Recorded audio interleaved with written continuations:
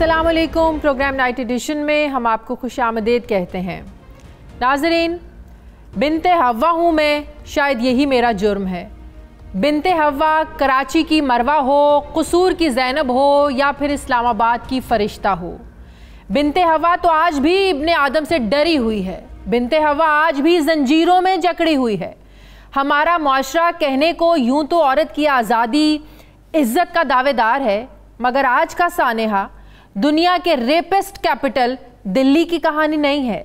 ये इस्लामी जमहूरिया पाकिस्तान के सबसे बड़े सूबे पंजाब का दिल लाहौर है, जहां गुज़श्ता रात मीडिया पर यह अफसोसनाक खबर ब्रेक होती है कि लाहौर रिंग रोड पर गुज्जरपुरा के इलाके में 2 डाकुओं ने एक खातून को उस वक्त निशाना बनाया जब उनकी गाड़ी पेट्रोल ना होने की वजह से बंद थी। खातून ने मोटरवे हेल्पलाइन से भी मदद की दरख्वास्त की, मगर उन्हें यह जवाब मिला कि गुज्जरपुरा की बीट अभी किसी को अलॉट नहीं हुई है। डाकुओं ने खातून पर तशद्दुद भी किया, जिनसी ज्यादती का निशाना भी बनाया और खातून के पास मौजूद नकदी जेवरात सब कुछ लूट लिया गया। जब इस वाक़े की रिपोर्ट टीवी पर नशर हुई, तब से पूरी कौम सदमे में मुब्तला है। कौम रियासत के जिम्मेदारों से इस साने का जवाब मांग रही है, क्योंकि ये वाक़या सिर्फ डकैती की वारदात का नहीं है, बल्कि खातून को डकैती की वारदात के दौरान बच्चों के सामने जिनसी ज्यादती का निशाना बनाए जाने का वाक़या है। उमूमी तौर पर चोरी और डाके की जो वारदातें हैं, इनको बढ़ती हुई बेरोजगारी के साथ जोड़ा जाता है, मगर अफसोस की बात यह है कि अब ये चोरी और डाके की जो वारदातें हैं, इनके साथ साथ खवातीन की इज्जतों को भी लूटा जा रहा है। सवाल यह है कि आखिर ये वाक़या पेश क्यों आया है? क्यों मोटरवे पुलिस ने खातून की मदद नहीं की? क्यों मोटरवे के इस हिस्से पर पेट्रोलिंग नहीं की जाती? क्यों हम एक बीमार मुआशरे की तस्वीर पेश कर रहे हैं? तारीख हमें यह बताती है कि इस इलाके में डकैती की वारदात के दौरान खातून से ज्यादती का ये कोई पहला वाक़या नहीं है। 2 जुलाई 2020 को लाहौर के इलाके गुज्जरपुरा में ही डाकुओं ने डकैती के दौरान क्लिनिक पर एक लड़की जो कंपाउंडर के तौर पर काम करती थी, 19 साल लड़की को मुबैना तौर पर रेप का निशाना बनाया था। मगर अफसोस की बात यह है कि आज 2 महीने बाद इसी इलाके में एक बार फिर से डकैती की वारदात होती है और उस वारदात के दौरान दोबारा खातून को जो है ना वो ज्यादती का निशाना बनाया जाता है। कहा जाता है कि इस वाक़े की टाइमिंग तो बहुत अहम है। यह सान्या उस वक्त पेश आया है जब पंजाब में 5वें आईजी को तब्दील किया गया है। लाहौर में एक ऐसे सीसीपीओ को लगाया गया है जिसने कहा है कि 3 माह में लाहौर के जो लोग हैं इनको तब्दीली नजर आएगी। और आज तब्दीली ये है कि डकैती की वारदात रेप की वारदात में तब्दील हो जाती है। तासुर यह है कि सियासी जमातें पुलिस इस्लाहात की बजाय आईजीज को तब्दील करके गुड गवर्नेंस लाने के दावे करने में मसरूफ हैं। पुलिस की वर्दी तब्दील करके कौम को पुलिस के रवैये में तब्दीली की नवीद सुनाई जाती है, मगर सलाहुद्दीन का कत्ल हो फिर इस पुलिस के रवैये को बेनकाब कर ही देता है। पंजाब में पुलिस के निज़ाम को बेहतर करने के लिए कभी डॉल्फिन फोर्स कायम की जाती है, कभी एलीट फोर्स कायम की जाती है, मगर ज़मीनी हकीकत यह है कि आज तब्दीली सरकार के दौर में ना हमारे बच्चे महफूज हैं, ना ही हमारी बच्चियां महफूज हैं। आज इमरान खान के पाकिस्तान में किसी भी शख्स की जान, माल और इज्जत महफूज नहीं है। पंजाब पुलिस की जानिब से अब तक की कार्रवाई का अगर जायजा लें तो आईजी पंजाब इनाम गनी के मुताबिक मोटरवे पर पेश आने वाले वाक़े में अभी तक अच्छी प्रोग्रेस हुई है, बड़ा अच्छा काम हुआ है। हम उस गाँव तक पहुँच चुके हैं जहाँ से मुल्ज़िमान का ताल्लुक है। 20 टीमें इस पर काम कर रही हैं और इस इन्वेस्टिगेशन को डीआईजी खुद देख रहे हैं। जल्द अज जल्द मुल्ज़िमान जो है ना वो गिरफ्तार होंगे। अब एक तरफ आईजी पंजाब इस वाक़े की जिम्मेदारी कबूल करते हैं तो दूसरी तरफ सीसीपीओ लाहौर का मौक़िफ़ ना सिर्फ काबिल अफसोस है। भाई बात यह है कि पुलिस का काम है अवाम को, लोगों को तहफ़्फ़ुज़ देना। हम आप लोगों से इजाज़त नहीं मांग रहे हैं, इजाज़त लेने के पाबंद नहीं है कि हम लोग रात को 2 बजे निकलें, 12 बजे निकलें या 3 बजे निकलें। क्या ये गुफ्तगू एक सीसीपीओ को ज़ेब देती है? क्या इसी जहनीत का सीसीपीओ मुतासरा ख़ानदान को इंसाफ दे सकेगा? वज़ीर आज़म साहब की जानिब से भी इस वाक़े का नोटिस तो ले लिया गया है। दूसरी तरफ वफाकी वज़ीर शीरी मज़ारी और मुआशरे के मुख्तलिफ तबक़ात की जानिब से सीसीपीओ लाहौर के बयान की मज़म्मत के बाद शहजाद अकबर के हमरा सीसीपीओ लाहौर के ने मीडिया से गुफ्तगू करते हुए ये मौक़िफ़ इख्तियार किया। ज़रा सुनिए शहजाद अकबर साहब ने क्या कहा। कुछ देर से एक खामखा की कंट्रोवर्सी भी शुरू कर दी गई जो CCPO साहब के एक स्टेटमेंट के ऊपर थी। हुकूमत का काम है शाहराहों को आपके लिए सेफ करना। अब मैंने ये मैसेज क्यों दिया, ये हमारा मुआशरा है, मुझे इतना ही दुख हुआ है खुदा की कसम जैसे मेरी अपनी बच्ची हो वजह, और उसी पर्सपेक्टिव में मैंने कहा है हमारा ये मुआशरा जनरली इस तरह का नहीं है, तो हमें एक मैसेज है टू द जनरल पब्लिक के इसके ऊपर प्रिकॉशंस करनी चाहिए। जहाँ तक हमारी जिम्मेदारी है हमने उससे पहलू तय नहीं की। बहरहाल मुआशरे को तहफ़्फ़ुज़ देना आप लोगों की जिम्मेदारी है, ना कि ये लेक्चर झाड़ना कि कोई औरत कितने बजे घर से बाहर निकले ना निकले, पेट्रोल चेक करके निकले, ये मशवरे देना आप लोगों का काम नहीं है। मुझे ज्वाइन किया है सीनियर तज्ज़ियाकार सीनियर सहाफ़ी हारून रशीद साहब मेरे साथ हैं, मज़हर अब्बास साहब ने मुझे ज्वाइन किया है। आप दोनों मेहमानों को अस्सलाम वालेकुम और बहुत बहुत शुक्रिया।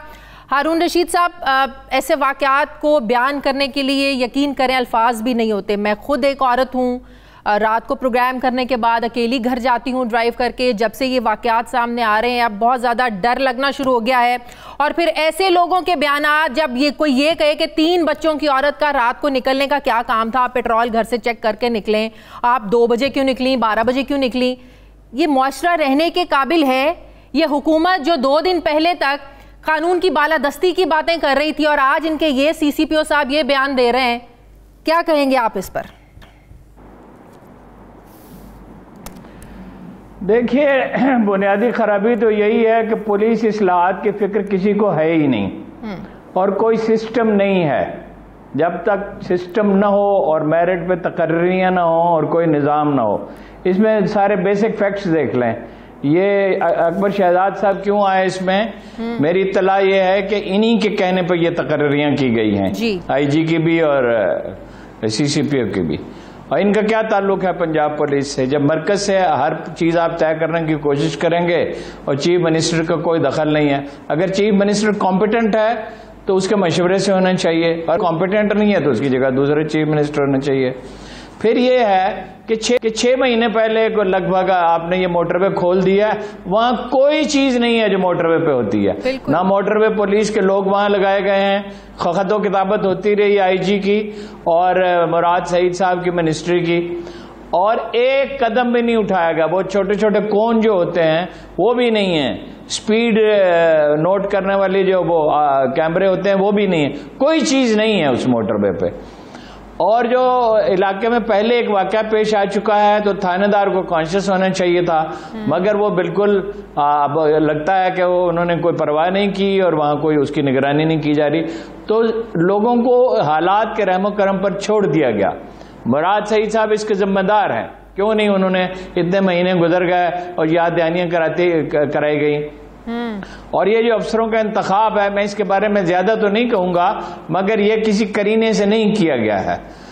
और रह गई पंजाब पुलिस में इस्लाहात की बात, तो खान साहब 20 साल तक तो हमें बताते रहे कि वो करेंगे इस्लाहात, और जब पंजाब पुलिस का मामला आया तो उन्होंने इसको बिल्कुल ही, अब मैं इसके बारे में क्या कहूं कि वो नासिर साहब चले गए, नासिर दुरानी, और इसके बाद एक IG और दूसरा IG। भाई मुझे तो ये लगता है कि ये दोनों अफसर भी अब नहीं रहेंगे, इसलिए कि IG के बारे में तो खास तौर पे बहुत सी शिकायत हैं। अब उनकी तहकीकात हो तो पता चले। पेशावर में उनका रिकॉर्ड अखबार नवीसों से पूछा, कहते अच्छा नहीं है, FIA में रहे वहां उनसे पूछा अच्छा नहीं है। तो हुकूमत इसकी जिम्मेदार है और ये महज इससे काम नहीं चलेगा कि जी हम मुल्ज़िमों को पकड़ लेंगे। भाई ये 6 महीने आप क्या करते रहे वहां, बंदोबस्त क्यों नहीं किया आपने? और उससे बढ़ के हारून रशीद साहब जी रात को कोई ट्रैवल न करे, रात को क्यों ना ट्रैवल करे? बिल्कुल। और पेट्रोल ये होता है, कोई आदमी हिजान में हो, परेशानी में हो, बादुकात होता है पेट्रोल नहीं चेक कर सकता, तो पेट्रोल का वहां बंदोबस्त होना चाहिए। पेट्रोल का क्यों बंदोबस्त नहीं है? और सबसे बड़ी बात, अगर एक बंदा कोई तकलीफ में है, उसके साथ ज्यादती हो रही है, उसको लूटा जा रहा है, मोटरवे पुलिस को फोन किया जाता है, क्या ऐसे वक्त में हदूद का तयन करना जरूरी होता है या इंसानियत दिखाना जरूरी होता है, किसी की मदद करना जरूरी होता है? वक्त का तकाजा उस वक्त क्या होता है? देखिए जी, मोटरवे पुलिस के सरबराह से मैंने पूछा है, उन्होंने कहा हमने राब्ता किया और वो उसके डॉक्यूमेंट्स भी मौजूद हैं, मेरे पास भी मौजूद हैं। खत लिखे जाते रहे और महीनों पर महीने गुजर गए और वहां ऑर्डर, इन्होंने कहा पंजाब पुलिस ने हमारे पास तो नफरी नहीं है मगर ये करेंगे, इस तरह बंदोबस्त हो सकता है और ये हो सकता है और फलां हो सकता है। तो वो तकर्रर क्यों नहीं किया गया लोगों का? वो अपना सोए क्यों पड़े रहे? बिल्कुल। मजहर अब्बास साहब, खवातीन के लिए अकेले सफ़र करना, अकेले आना जाना, अकेले ड्राइव करना, अब ये हमसे औरतों से उनका हक छीना जा रहा है कि अब औरत होने की भी कीमत हमें इस माशरे में चुकानी पड़ेगी। हमें तो हमेशा रियासत मदीना की यहाँ पर बात की जाती है, लेकिन क्या रियासत मदीना में ऐसे होता है? देखिए, ये वाक़या ना सिर्फ ये कि इंतहाई काबिल मज़म्मत है, शर्मनाक है, लेकिन इसका सबसे जो डार्केस्ट पहलू है वो जनाब उमर शेख साहब का बयान है। और आज जिस तरीके से शहजाद अकबर साहब ने डैमेज कंट्रोल करने की कोशिश की उस बयान को, वो और भी काबिल मज़म्मत है। वो उसको कंट्रोवर्सी कह रहे हैं कि कंट्रोवर्सी क्रिएट करने की कोशिश की, बजाय इसके कि वो सीसीपीओ को कंडेम करते इस बयान पे, उनसे कहते कि वो उनके सामने माजरत करें, उसके बजाय वो उनको रेस्क्यू करने की कोशिश कर रहे हैं। मेरा ख्याल है कि पहली इसमें सबसे जो अहम पहलू है वो ये कि उस औरत ने अपने भाई को बताया, कज़न को बताया, उन्होंने मुताल्लिका पुलिस को बताया, मुताल्लिका पुलिस को ये जानते हुए कि ये एरिया कैसा है, बजाय इसके कि वो फौरी तौर पे रेस्क्यू के लिए पहुंचते और उनको हेल्प करने के लिए पहुंचते, उन्होंने बिल्कुल वही एटीट्यूड अपनाया जो हमारे यहाँ जनरली पुलिस में SHOs वगैरह अपनाते हैं कि जी ये तो मेरी जुरिस्डिक्शन नहीं है, चाहे वहाँ आदमी लुट रहा हो, तबाह हो रहा हो। और मैं बिल्कुल आपको कोई 2-3 हफ्ते पहले का वाकया सुनाऊं कि मेरे पड़ोसी जो थे उन्होंने आके ये बताया कि उनको एक आदमी ने लूटा, वो पैदल था, उसके हाथ में पिस्टल थी, वो सिग्नल पे रुके, उन्होंने नॉक किया, उन्होंने शीशा उतारा, उनके पास पैसे थे, वो सारे ले गए। करीबी 4-5 पुलिस वाले मौजूद थे। उन्होंने जाके उनको बताया तो उन पुलिस वालों ने कहा कि जी ये हमारा इलाका नहीं लगता। उसने कहा ये लूट कर ले जा रहा है आदमी। तो ये हमारे यहाँ इस वाक़े में भी यही हुआ ना, कहा जी हमारी तो हुदूद ही नहीं है, हम नहीं आ सकते। ये जो चीज थी इसमें इन पुलिस वालों जिन्होंने इनकार किया, इनको सजा होनी चाहिए। जो रेपिस्ट है उसको तो पकड़ के इबरतनाक सजा होनी ही चाहिए, लेकिन ये शो करता है कि हमारे मुल्क में कानून की हुक्मरानी नहीं है।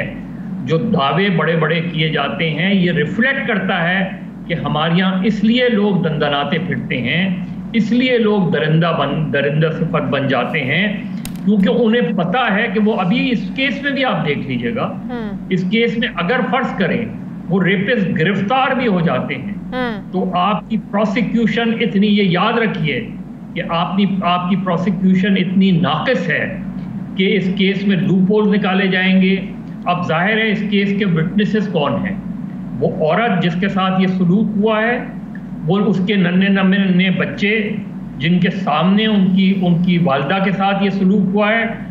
आप साहिवाल की मिसाल ले लें, सामने बच्चों के सामने मारा गया, उन्होंने आइडेंटिफाई किया, आप देख लें कि उनके साथ क्या सलूक हुआ और इसी गवर्नमेंट के अंदर हुआ है वो साहिवाल वाक़या। बिल्कुल उससे बचाने की किस तरह कोशिश की गई है। तो मेरा ख्याल है इससे इंकरेजमेंट मिलती है, इससे पुलिस वालों को इंकरेजमेंट मिलती है जो इस तरह की एक्स्ट्रा जुडिशियल किलिंग करते हैं। इससे इस तरह के रेपिस्ट को इंकरेजमेंट मिलती है कि हम किस तरह बच के निकल जाते हैं। इस तरीके से क्रिमिनल्स को इंकरेजमेंट मिलती है कि हम किस तरीके से जो है वो पुलिस वालों को पैसे खिला के या प्रोसिक्यूशन को पैसे खिला के बच के निकल सकते हैं। इसीलिए ऐसे वाक़यात की रोकथाम नहीं हो रही। बिल्कुल सही। हारून रशीद साहब, नोटिस ले लिया, इबरतनाक सजा देंगे, ये इबरतनाक सजा का जरा आज मतलब समझा दें। जब ज़ैनब का वाकया हुआ था उसके मुजरिम को भी फांसी दी गई, सुन लेना। जी कोई नोटिस किसी ने नहीं लिया है। हाँ। एक बयान जारी किया गया है। बदतरीन पुलिस जो थी ना पाकिस्तान की तारीख में, वो 95 में कराची की थी। हाँ। और दरिंदे दंदना रहे थे, और रोजाना 10-20 आदमी कत्ल होते थे। एक पुलिस अफसर वहां गया, उसने उसकी ततहीर की पुलिस की और कायदे से की। ये नहीं है कि यूं ही कुछ लोगों को निकाल दिया। 25,000 में से 5,000 आदमी निकाल दिए डॉक्टर शोएब सडर ने, और 20,000 आदमियों के साथ उसने 7 महीने में मुकम्मल अमन कायम कर दिया। पहले 2 महीने में हो गया, जून में शुरू हुआ और 14 अगस्त को डबल सवारी पे पाबंदी खत्म कर दे गए।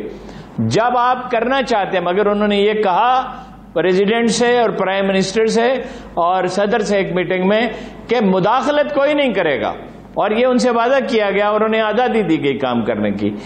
जब तक पुलिस को पर्च नहीं किया जाएगा, जब तक मेरिट पे तकर्रियां नहीं होंगी, सवारी से शहजाद अकबर साहब का क्या ताल्लुक है और आजम खान का क्या ताल्लुक है पंजाब पुलिस में तकर्रियों से? वो जो पुलिस आर्डर 2002 है, जो मदर अब्बास साहब ने भी गौर से पढ़ा होगा, इन्हें भी दिलचस्पी है इन मौजूआत से, हमने भी पढ़ा है और काफी उस पर डिस्कशंस किए, उसे नावज क्यों नहीं करते? तो भाई अगर जान ही महफूज नहीं है और नौबत यहां तक आ गई, देखिए सिर्फ कत्ल बजाय खुद भयानक है, माफी चाहता हूं, कत्ल बजाय खुद भयानक है, लेकिन बच्चों के सामने उनकी मां के साथ ज्यादती करना, वजीर आजम को माफी मांगनी चाहिए कौम से, शहजाद अकबर को भी, पुलिस अफसरों को भी, और पुलिस को पर्च करना चाहिए। और कोई अगर शर्मो हया बाकी है तो आज से कार्रवाई शुरू करें, 2 साल दाया कर चुके हैं। बिल्कुल सही। मजहर अब्बास साहब कुछ कह रहे थे। मजहर अब्बास साहब, उसके साथ मेरा सवाल भी ऐड कर लें कि महज चेहरे बदलने से हमारा निज़ाम नहीं बदलनेगा। आपने चीफ सेक्रेटरीज बदल दिए 4, आपने 5 आईजीज बदल दिए, 6ठा आईजी आपके वज़ीर आला साहब के साथ काम कर रहा है। सिर्फ आपको एलीट फोर्स, डॉल्फिन फोर्स, ये फोर्सेस बनाने की जरूरत नहीं है जब तक आप अपना निज़ाम नहीं बदलेंगे। देखिए, अभी गौर से सुन लें ये बात, और हारून रशीद साहब ने भी बात की, कराची के हवाले से भी बिल्कुल दुरुस्त बात की कि डॉक्टर शोएब सडर को एब्सोल्यूट पावर दी गई, उसने रिजल्ट दिए, लेकिन उसके बाद क्या होगा? उसके बाद वो पुलिस वाले जो इस ऑपरेशन में एक्टिव थे, वो चुन चुन के मारे गए। दूसरी बात यह है कि देखिए, पुलिस ऑर्डर 2002 आज भी पंजाब में इन प्लेस है। नून लीग की गवर्नमेंट ने पब्लिक सेफ्टी कमीशन नहीं बनाया, पीटीआई की गवर्नमेंट ने पब्लिक सेफ्टी कमीशन नहीं बनाया। पब्लिक सेफ्टी कमीशन जो पुलिस ऑर्डर 2002 की रूह है, और उसकी सबसे ब्यूटी यह है कि आप जब पब्लिक सेफ्टी कमीशन बनाते, पब्लिक कंप्लेंट सेंटर बनाते, तो उसके नतीजे में आज आईजी को इस तरह तब्दील आप नहीं कर सकते, क्योंकि पुलिस ऑर्डर 2002 में वाज़े तौर पे लिखा हुआ है कि आपको सॉलिड रीजंस देने पड़ेंगे जो टेन्योर पोस्टिंग्स हैं उनके ट्रांसफर के सिलसिले में। पब्लिक सेफ्टी कमीशन में रिक्रूटमेंट की भी हवाले से, और इवन अगर आप किसी को हटा रहे हैं, किसी के खिलाफ एक्शन दे रहे हैं, तो वो बात भी पब्लिक सेफ्टी कमीशन में जाएगी।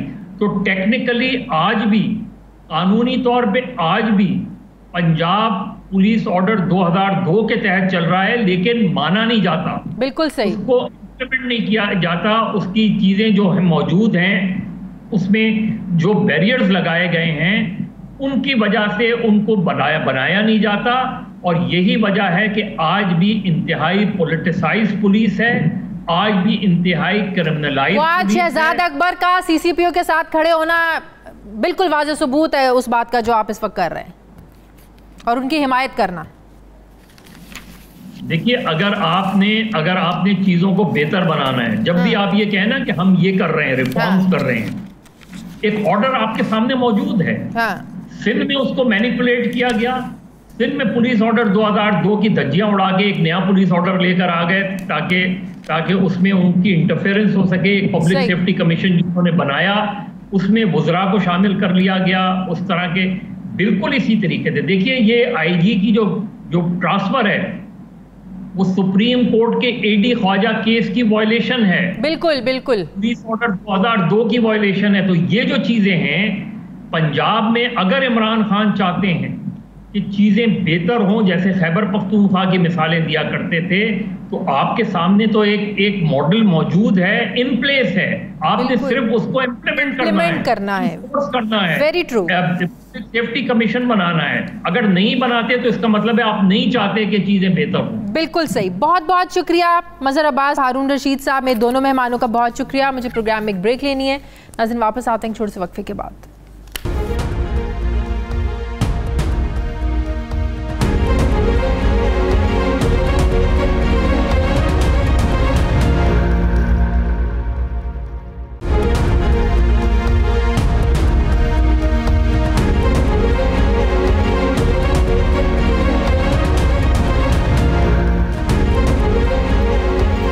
ब्रेक के बाद एक बार फिर से आपको खुशामदीद कहते हैं। नाज़रीन, आखिर कराची के आवाम की किस्मत में क्या लिखा है? पानी मिलता नहीं है, सड़कें टूटी हुई हैं, सीवरेज का निज़ाम तकरीबन ख़त्म हो चुका है, तजावज़ात की वहाँ भरमार है, जिसका जहाँ दिल करता है कब्ज़ा करता है, कानून की खिलाफ वर्जी करते हुए कई मंजिला जो है ना वो बिल्डिंग्स को खड़ा कर दिया जाता है। सिंध हुकूमत समेत सिंध बिल्डिंग कंट्रोल अथॉरिटी उस वक्त तक सोई रहती है और नोटिस जारी करती रहती है जब तक वो बिल्डिंग ज़मीं बोस नहीं हो जाती और कोई बड़ा जानी नुकसान नहीं हो जाता। इसी तरह कराची में आज एक और इमारत ज़मीं बोस हो गई। कोरंगी के इलाके अल्लाह वाला टाउन में एक और गैर कानूनी इमारत गिरने से 2 अफराद जान की बाजी हार गए और कई ज़ख्मी हो गए, जबकि अभी भी मलबे तले जो दबे अफराद हैं उनकी खबरें जो है ना वो रिपोर्ट हो रही हैं। सिंध बिल्डिंग कंट्रोल अथॉरिटी ने तकरीबन 200 इमारतों को ख़तरनाक मखदूश करार दे रखा है। इनमें ज़्यादातर इमारतें पुराने कराची में वाक़ हैं और इनमें कई इमारतें अहम तजारती मराकज़ भी हैं। मीडिया ज़राए के मुताबिक ज़्यादातर मखदूश इमारतें ज़िला जनूबी में मौजूद हैं। सिंध बिल्डिंग कंट्रोल अथॉरिटी की जानिब से इन मखदूश इमारतों को खाली कराने और सील किए जाने के नोटिस भी जारी किए गए हैं, लेकिन अमली तौर पर अभी कोई कदम नहीं उठाया गया। अभी भी इन खतरनाक इमारतों में लोग रिहाइश पजीर हैं, जिससे जाहिर है उनकी ज़िंदगियों को शदीद ख़तरात लाक हैं।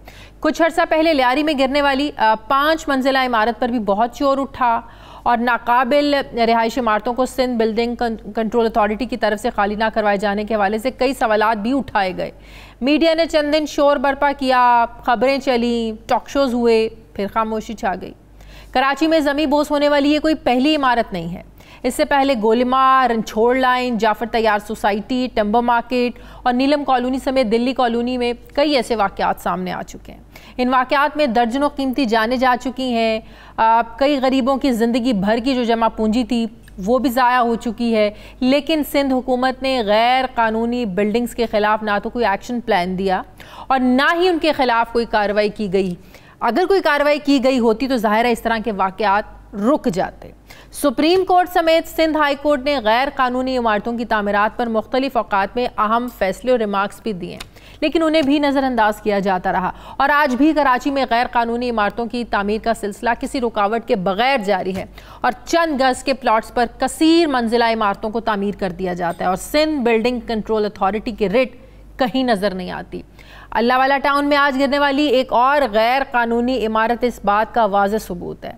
मीडिया रिपोर्ट्स के मुताबिक सिंध बिल्डिंग कंट्रोल अथॉरिटी ने गुज़श्ता 10 सालों में किसी कसीर मंजिला इमारत का नक्शा पास नहीं किया और अल्लाह वाला टाउन में 100 से ज़्यादा इमारतें गैर कानूनी हैं और इस इलाके में पानी के लिए की गई बोरिंग से इन इमारतों को शदीद ख़तरात लाक हैं। बात यह है कि जब नक्शे मंजूर नहीं होते, नक्शे अप्रूव नहीं होते, अप्रूवल ली नहीं जाती तो ये बिल्डिंग्स बन कैसे जाती हैं।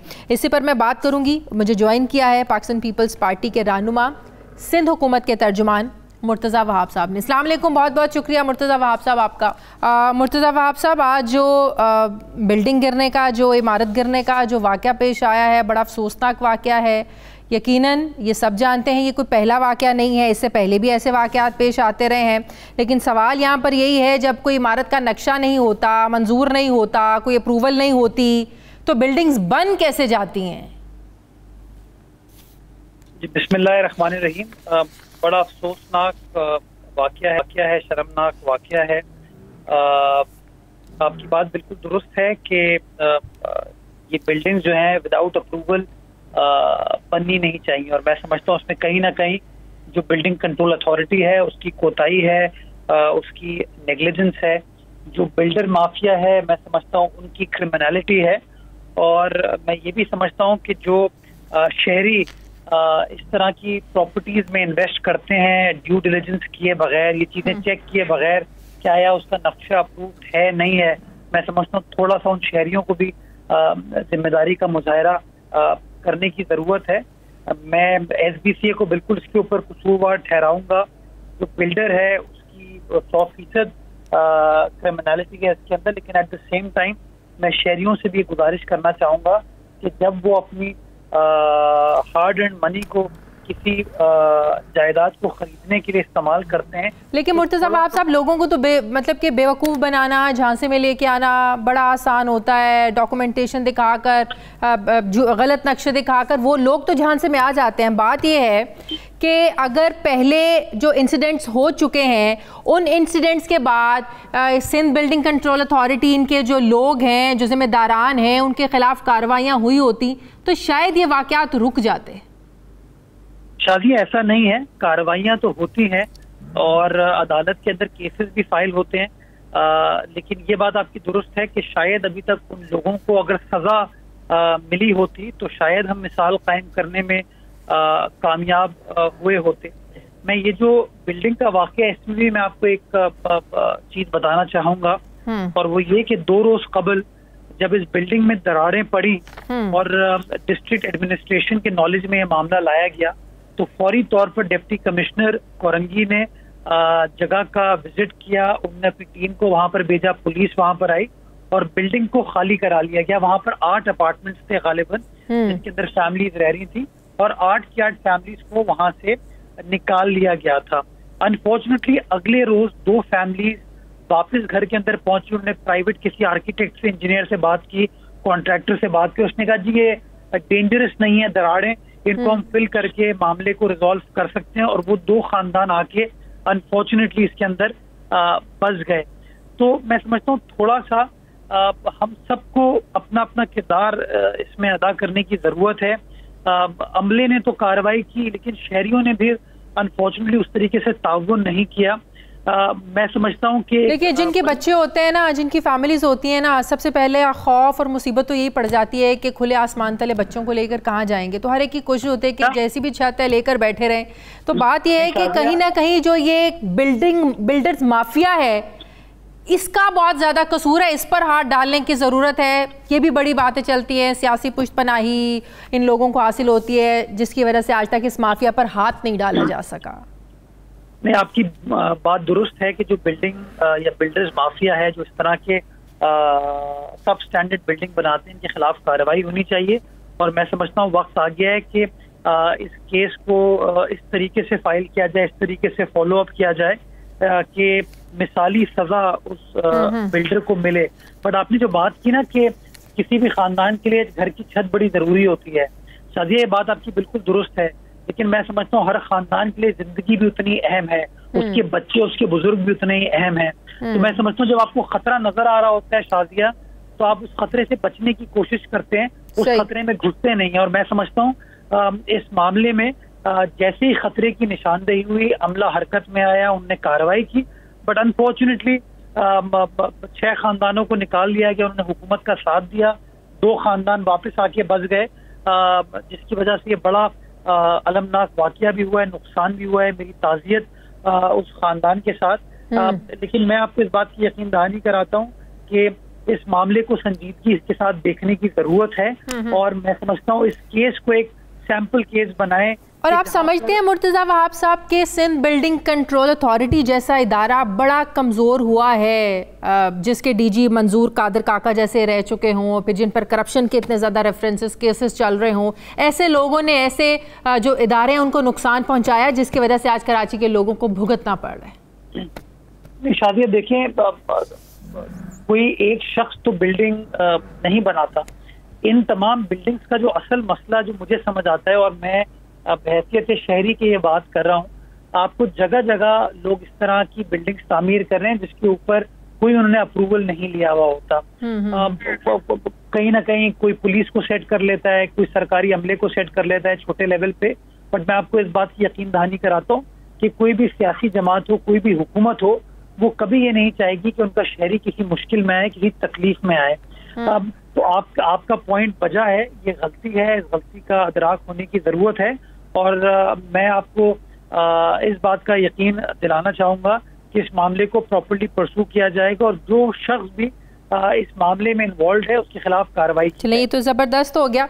अच्छा, असद उमर साहब का ये बयान कि डिलीवर करना पड़ेगा, नहीं तो जूते पड़ेंगे, चाहे वो पीपल्स पार्टी हो या तहरीक इंसाफ, हुकूमत तो आपकी है सिंध में।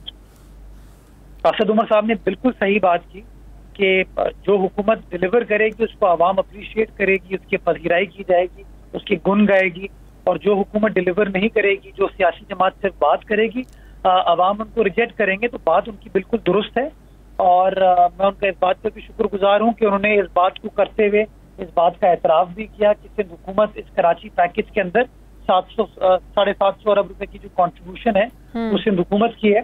तो मैं समझता हूँ वफाक अपनी जिम्मेदारी निभाए, जो उनका वादा है उनकी कमिटमेंट। लेकिन कहीं ना कहीं मिसट्रस्ट है, पैसे देने के मामले में, ट्रस्ट करने के मामले में रोज़ कोई ना कोई वजीर आके कहता है भी पैसे तो हम सिंध हुकूमत को नहीं देंगे, हमें पता है कि देंगे तो लगेंगे कहाँ पर या कहीं नहीं लगेंगे। तो कहीं ना कहीं एक मिसट्रस्ट तो है वफाक और सिंध में अभी भी, वज़रा के बयान देखे तो।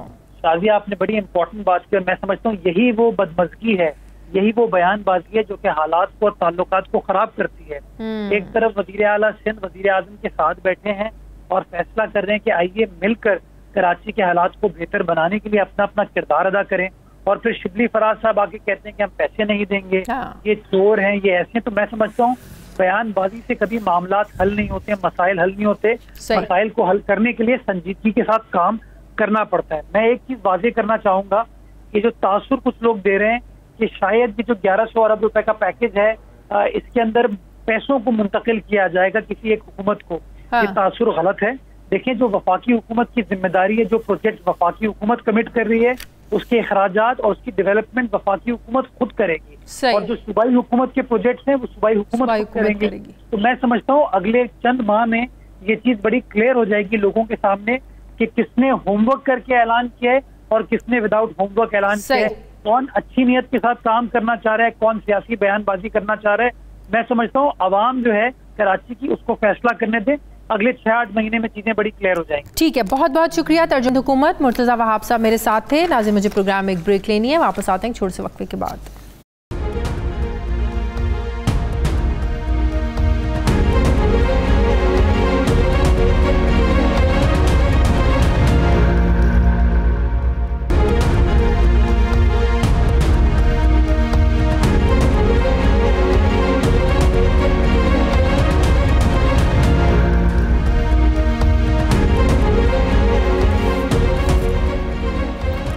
ब्रेक के बाद एक बार फिर से आपको खुशामदीद कहते हैं। नाजरीन, आजकल के जदीद दौर में जंग हथियारों से नहीं बयानिए से लड़ी जाती है। किसी भी मुल्क को तबाह करने के लिए, उसे अदम इस्तेहकाम का शिकार करने के लिए, वहाँ के अवाम के जहनों में खलल डालने के लिए एक मखसूस किस्म का प्रोपेगेंडा किया जाता है और अपने मकासद को हासिल किया जाता है। इस सारे प्रोसेस को 5th जनरेशन वॉर कहा जाता है और इस बात में कोई शक नहीं कि आजकल सोशल मीडिया इसका सबसे बड़ा जरिया है। 5th जनरेशन वॉर हथियारों की जंग से कई गुना ज़्यादा ख़तरनाक तस्वुर की जाती है। जिस जंग में हथियार इस्तेमाल हो वहाँ इंसान जान से मारे जाते हैं, लेकिन बयानिए की जंग में गैर महसूस अंदाज से इंसानों के नज़रियात, ख्यालात, सोच और उनके अकायद पर हमले किए जाते हैं और इसके असरात आने वाली नस्लों तक रहते हैं। इस तर्ज की जंग में दुश्मन मुल्क के अंदर इंतशार फैलाकर एक ही मुल्क में रहने वालों को आपस में दुश्मन बनाया जाता है और नज़रियात में तब्दीली के बाद ये जंग आने वाली कई नस्लों तक जारी रहती है, जिससे न सिर्फ मुल्क अदम इस्तेहकाम का शिकार होते हैं बल्कि कौमी नज़रियात को भी नुकसान पहुंचता है और कौमी मोराल भी डाउन होता है। पाक फ़ौज ने मुल्क में दहशतगर्दी के ख़िलाफ़ जंग में बेमिसाल कामयाबियां हासिल करके पूरी दुनिया में अपना लोहा मनवाया है और अब पाकिस्तान 5th जनरेशन वॉरफेयर का शिकार है। पाक फ़ौज के सिपह सलार जनरल कमर जावेद बाजवा ने यौम दिफा में होने वाली तकरीब में वाज़े अल्फाज में ये कहा था कि 5th जनरेशन या हाइब्रिड वॉर की सूरत में हम पर नया चैलेंज मुसल्लत किया गया है और इसका मकसद मुल्क और अफवाज पाकिस्तान को बदनाम करके इंतशार फैलाना है। आर्मी चीफ का यह भी कहना था कि हम इस खतरे से बखूबी आगाह हैं, कौम के ताउन से इस जंग को जीतने में भी इंशाअल्लाह ज़रूर कामयाब होंगे। जबकि गुज़श्ता रोज़ होने वाली कोर कमांडेंट कॉन्फ्रेंस में भी आर्मी चीफ ने खिताब करते हुए कहा कि बदलती हुई इलाकाई और ये जो सूरत हाल है इसका तकाजा है कि मुसल्लह अफवाज अपनी जंगी सलाहियत में इजाफा करें।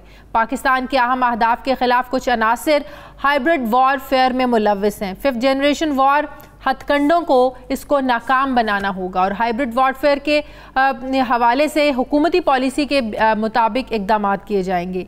ये जंग यकीनी तौर पर आवाम के ताउन के बग़ैर मुमकिन नहीं है। ख़ास तौर पर सोशल मीडिया पर मुल्क के नज़रियाती असास और अहम रियासती इदारों के ख़िलाफ़ होने वाले प्रोपेगेंडे को रद्द करना बहुत बड़ा चैलेंज है।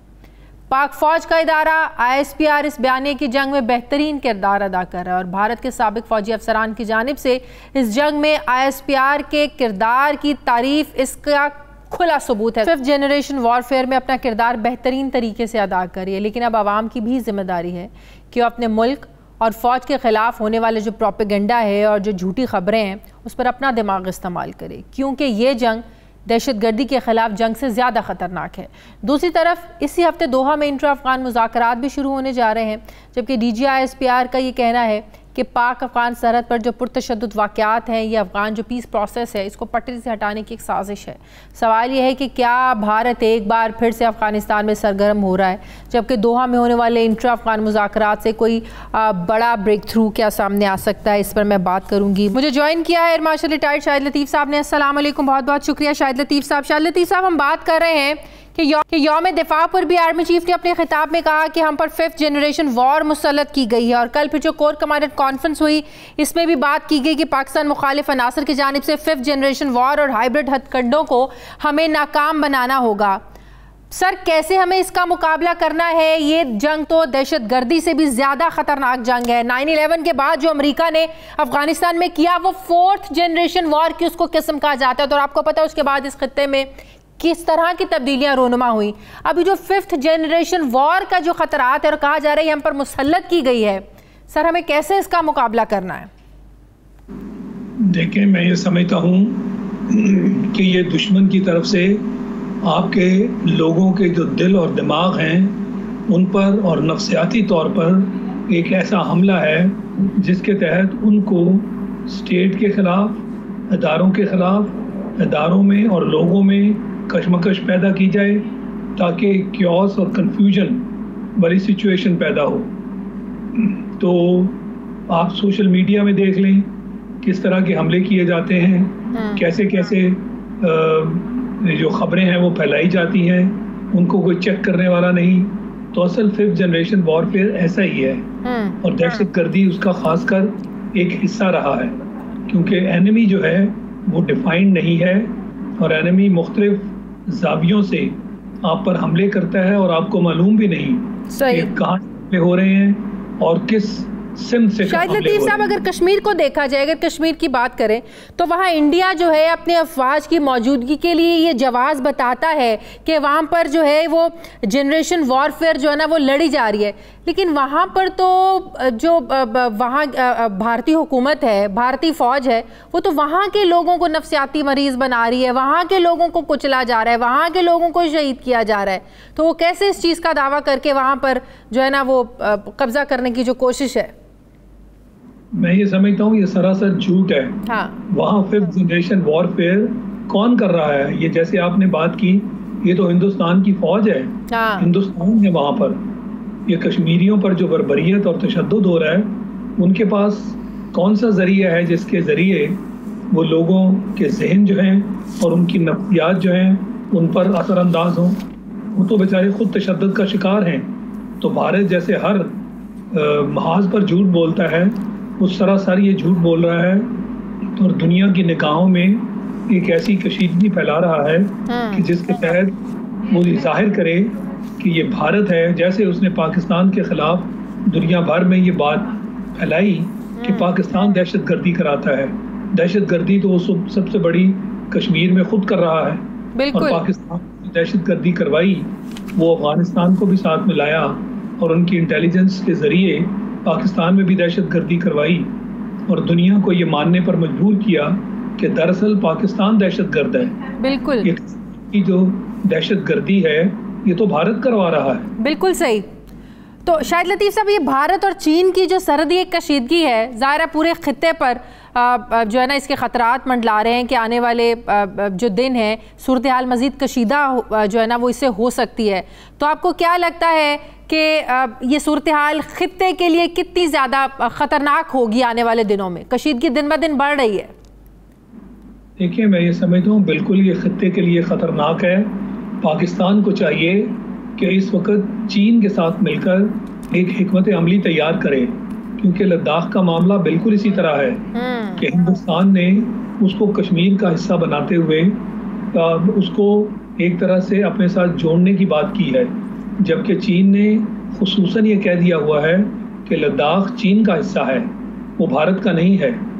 तो जब कश्मीर का और लद्दाख का जो हिस्सा है वो एक ही तरह है, तो पाकिस्तान को चाहिए कि इसके बारे में चीन से मिलकर हिकमत अमली तैयार ताकि चीन वाला मामला लद्दाख की तरह दुनिया भर के आगे उठाया जाए। और चीन चूँकि एक बहुत बड़ी ताकत है, तो चीन को लद्दाख के साथ मिलाकर इसको दुनिया के सामने पेश करना पाकिस्तान के लिए फ़ायदेमंद होगा। सही, बहुत बहुत शुक्रिया एयर मार्शल रिटायर्ड शाहिद अदला मेरे साथ थे। नाज़रीन, मुझे प्रोग्राम में एक ब्रेक लेनी, वापस आते हैं एक छोटे से वक्फे के बाद।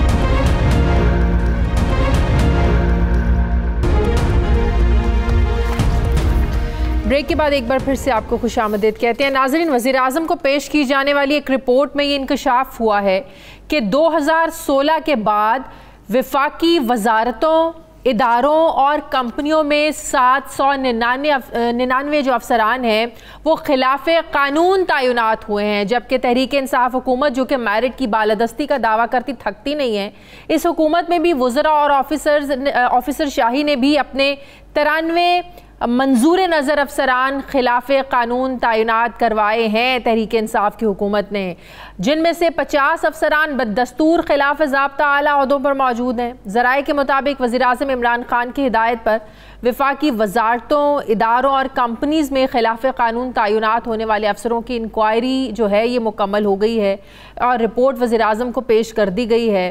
हम आपको ये बताएं कि सुप्रीम कोर्ट के एक फ़ैसले के मुताबिक 18 अगस्त 2016 के बाद तैनातियों की वफाकी काबीना से मंजूरी जो थी ये लाजिम थी, मगर अफसर शाही और वज़रा मनपसंद अफसरान की तैनाती के लिए वफाकी काबीना को भी खातिर में नहीं लाते। ज़राए का ये भी दावा है कि ब्यूरोक्रेसी ने खिलाफ ज़ाब्ता तैनात होने वाले अफसरान और तैनातियों के ज़िम्मेदारों का तादीबी कार्रवाई से बचाने के लिए तमाम तैनातियों की पुरानी तारीखों में तौसीक करके मामले को निपटाने की सिफारिश भी की थी, लेकिन वफाकी काबीना के इजलास में वफाकी वज़ीर कानून बैरिस्टर फ़रोग़ नसीम ने खिलाफ कानून तैनात की जो तैनातियाँ हुई हैं इनकी तौसीक की मुखालिफत की है। बैरिस्टर फ़रोग़ नसीम के मुताबिक ये इकदाम सुप्रीम कोर्ट के फैसले से इनहराफ और कानून से मुतसादिम होगा, जबकि वफाकी काबीना ने अब ये मामला हल करने के लिए इस्टेब्लिशमेंट उमूर के माहिर डॉक्टर इशरत हुसैन के सुपुर्द इस मामले को कर दिया है। एक और अहम खबर यह भी है कि वज़ीर-ए-आज़म कामयाब जवान यूथ कारोबारी स्कीम के लिए अहलियत के म्यार समेत अहम शराइत में दूसरी मरतबा जो है वो इसको तब्दील किया गया है। नई शराइत के तहत दर्जा 1 के कर्जदार की ज़ाती ज़मानत, जबकि दर्जा 2 और 3 के लिए बैंक की क्रेडिट पॉलिसी जो होगी उसके तहत कर्ज दिया जाएगा। कोरोना और लॉकडाउन के असरात की वजह से असल ज़र पर अदायगी 1 साल के लिए मौखिल की गई है, जबकि स्कीम्स के तहत कर्ज हासिल करने वालों को 30 सितंबर 2020 से पहले तहरीरी दरखास्त देना होगी। इस पर मैं बात करूंगी इस्लामाबाद के ब्यूरो चीफ सुहेल इकबाल भट्टी से। अस्सलाम वालेकुम, बहुत शुक्रिया सुहेल इकबाल भट्टी आपका। सुहेल इकबाल भट्टी, सबसे पहले तो ये बताइएगा ये जो 799 तकरीबन 800 ये जो अफसरान हैं, किन किन महकमों में इनको तैनात किया गया, क्या इनकी तैनातियों को अब शो क्या किया जा रहा है, ये आर्जी तैनातियां हैं या मुस्तकिल तौर पर इन अफसरान को लगाया गया इनके ओहदों पर? शाज़िया, मामला यह कि पाकिस्तान तहरीक इंसाफ और बिलखसूस वज़ीर-ए-आज़म इमरान खान कानून, मेरिट और शफाफियत की पासदारी का दावा करते हैं। हाँ। लेकिन हैरानकुन तौर के ऊपर एक ऐसा मामला जो गुज़श्ता कई सालों से, अगर हम 2016 से बात करें, बेज़ाब्तियों का शिकार चला आ रहा था, तो उसकी इंक्वायरी की हिदायत की प्राइम मिनिस्टर इमरान खान साहब ने खुद ही, और उसके बाद जब इंक्वायरी मुकम्मल हुई सेक्रेटरी एस्टेब्लिशमेंट डिवीज़न की सरबराही में, जिसको ब्रेक किया 24 अगस्त को 92 न्यूज़ ने, जिसमें इंकशाफ हुआ कि 799 अफसरान मुख्तलिफ ओहदों पर वफाकी हुकूमत के मुख्तलिफ वजारतों, इदारों और कंपनियों में खिलाफ कानून तैनात किए गए, जिसके अंदर सुप्रीम कोर्ट ऑफ पाकिस्तान के फैसले की खिलाफ वर्जी की गई थी। ये इंक्वायरी हुई प्राइम मिनिस्टर इमरान खान साहब के हुक्म पर, और जब यह मामला पहुंचा कि अब इनको निपटाना कैसे है, चूंकि 93 अफसरान पाकिस्तान तहरीक इंसाफ के दौरे हुकूमत में तैनात हुए, जिसमें से 50 इस वक्त भी, आज भी वो मुख्तलिफ ओहदों पर बराजमान हैं। जब वहां पर पहुंचे तो अफसर शाही ने अपने लोगों को बचाने के लिए, जाहिर है हर वजारत का जो वफाकी सेक्रेटरी होता है उसकी इसके अंदर बुनियादी जिम्मेदारी होती है, उन्होंने कहा कि इसको पुरानी तारीखों के अंदर इसको हम मतलब कि पुरानी तारीखें मतलब पिछले दौरे हुकूमत पर डाल दिया जाए, नून लीग के दौरे हुकूमत पर तारीखें डाल दी जाएं, ये मतलब था उनका। जी, इन्होंने कोशिश, इसका मतलब ये था कि 2017 में जो तैनाती हुई, 18 में हुई, 19 में हुई, 20 में हुई, वो तो हो चुकी है, खिलाफ कानून है, उसको हम उन्हीं तरीकों से जिस तारीख में वो तैनाती हुई थी उसके मुताबिक इसकी तौसीक कर देते हैं कि कोई खिलाफ वर्जी नहीं हुई। लेकिन जो नाइट एडिशन को लेटेस्ट दस्तावेज मसूल हुई हैं उसके मुताबिक वफाकी वजीर कानून बैरिस्टर फरोग नसीम साहब ने इसके डट के मुखालफत की है। उन्होंने कहा कि वफाकी काबीना को यह इख्तियार हासिल नहीं है कि वो सुप्रीम कोर्ट ऑफ पाकिस्तान के फैसले के मुनाफी को इकदाम करे, ये कानून के साथ खिलवाड़ होगा। बहुत दो टोक और वाज़ेह अल्फाज के अंदर उन्होंने इसकी मुखालफत की, लेकिन आप सुनकर इस पर तौहीन अदालत की कार्रवाई भी हो सकती है। जब यहाँ पर उन्होंने मुखालफत की तो डेफिनेटली हो सकती है, और यहाँ पर जरूरत इस चीज की थी कि जिन लोगों ने ये सारा काम किया था उनके खिलाफ एटलीस्ट इंजबाती कार्रवाई होती, ताकि मुस्तकबिल के अंदर कोई भी कानून को अपने हाथ में लेने की कोशिश न करता, कोई भी कानून से कोई खिलवाड़ न करता। लेकिन हैरान कुन तौर पर डॉक्टर इशरत हुसैन साहब जो इस्लाहाती कमेटी के सरबराह हैं, उनके पास एक ऐसी गिदड़ सिंगी है कि तमाम मामलात निपटाने की वो सलाहियत रखते हैं। वफाकी वजीर अली जैदी साहब के दोस्त के खिलाफ जो फ्रॉड की FIR थी वो खारिज करवाने की राह उन्होंने हमवार की, वो तो वुज़रा ने उसके ऊपर आवाज बुलंद की, वो मामला दरमियान में ठप हो गया। अब वो मामला जिसको वफाकी वजीर कानून ने कहा है कि हम इसकी तौसीक नहीं कर सकते, कोई कानूनी रास्ता नहीं है, उस मामले को उठा के डॉक्टर इशरत हुसैन साहब के सुपुर्द किया गया है कि डॉक्टर इशरत हुसैन साहब की सरबराही में इस्लाहाती कमेटी लीगली वायेबल सोल्यूशन देगी। मतलब है कि वफाकी वजीर कानून के पास कोई कानूनी इसका हल नहीं है, लेकिन डॉक्टर क्या हो सकता है? अगर तारीखें बदली जाएंगी इसका मतलब है कि झूठ बोला जा रहा है, फ्रॉड किया जा रहा है, जो सुप्रीम कोर्ट का हुक्म है उसकी खिलाफ वर्जी की जा रही है, इसका मतलब है कोई मुमकिना हल उनको तलाश करने के लिए उनको दिया गया ना, तो जायज तो कोई हल इस तरह हो नहीं सकता सिवाय इसके कि जिन तारीखों पर उनको रखा गया आप वही एज इट इज उसको शो करें, इसके अलावा तो कोई हल नहीं हो सकता ना। तीसरा रास्ता क्या है इसमें?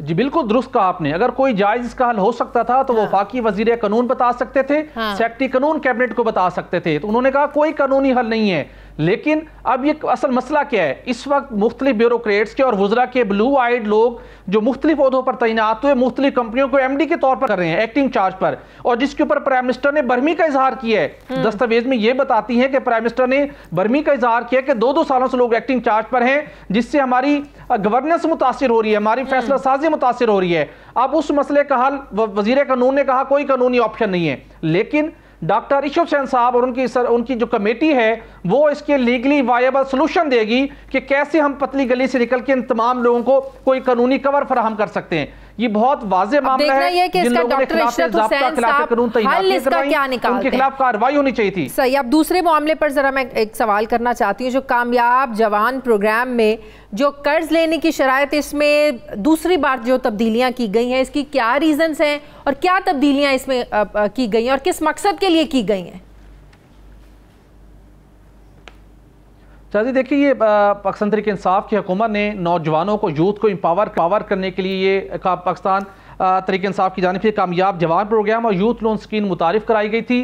लेकिन जून 2020 में भी इसके अंदर तरमीम की गई थी, लेकिन अब दोबारा स्टेट बैंक ऑफ पाकिस्तान ने कुछ मजीद निशानदही की कि इसके अंदर कुछ तरमीम की ज़रूरत है ताकि ये पॉलिसी फाल रहे, इफेक्टिवली लोग इसका बेनिफिट ले सकें, जिसके नतीजे में कुछ जो इंपॉर्टेंट उन्होंने तरमीम की हैं वो ये है कि 21 से 45 साल इसकी उम्र की हद थी। अब कुछ लोग पार्टनरशिप के तौर पर काम करना चाहते हैं, 3 पार्टनर है तो हो सकता है कि 2 पार्टनर्स की उम्र 46 साल हो, 47 साल हो। अब उन्होंने कहा है कि नहीं, अगर किसी एक पार्टनर की उम्र भी 21 से 45 साल हुई तो वो ये कर्ज हासिल कर सकता है। उसके साथ IT और कॉमर्स से मुतल्लिक उम्र की हद 18 साल मुकर्रर थी, उसमें कहा गया कि कोई एक पार्टनर जो दोबारा तरमीम की गई उसकी अगर उम्र 18 साल होगी तो वो भी एलिजिबल हो जाएगा। इसी तरह उन्होंने एक और काम किया कि 3 इसकी स्टेजेस हैं। पहले स्टेज के अंदर कोई कर्ज हासिल करना चाहता है तो जो मौजूदा कंडीशंस हैं इस प्रोग्राम की, उसके तहत उसकी अहलियत के मेयाद जांचा जाएगा। बहुत बहुत शुक्रिया। इस्लामाबाद के ब्यूरो चीफ सुहेल इकबाल मेरे साथ थे। नाज़रीन, हमारे प्रोग्राम का वक्त खत्म हो गया। प्रोग्राम के लिए आप हमें फीडबैक ज़रूर दीजिएगा। मुझे इजाज़त दीजिए, अपना ख्याल रखिएगा। अल्लाह हाफ़िज़।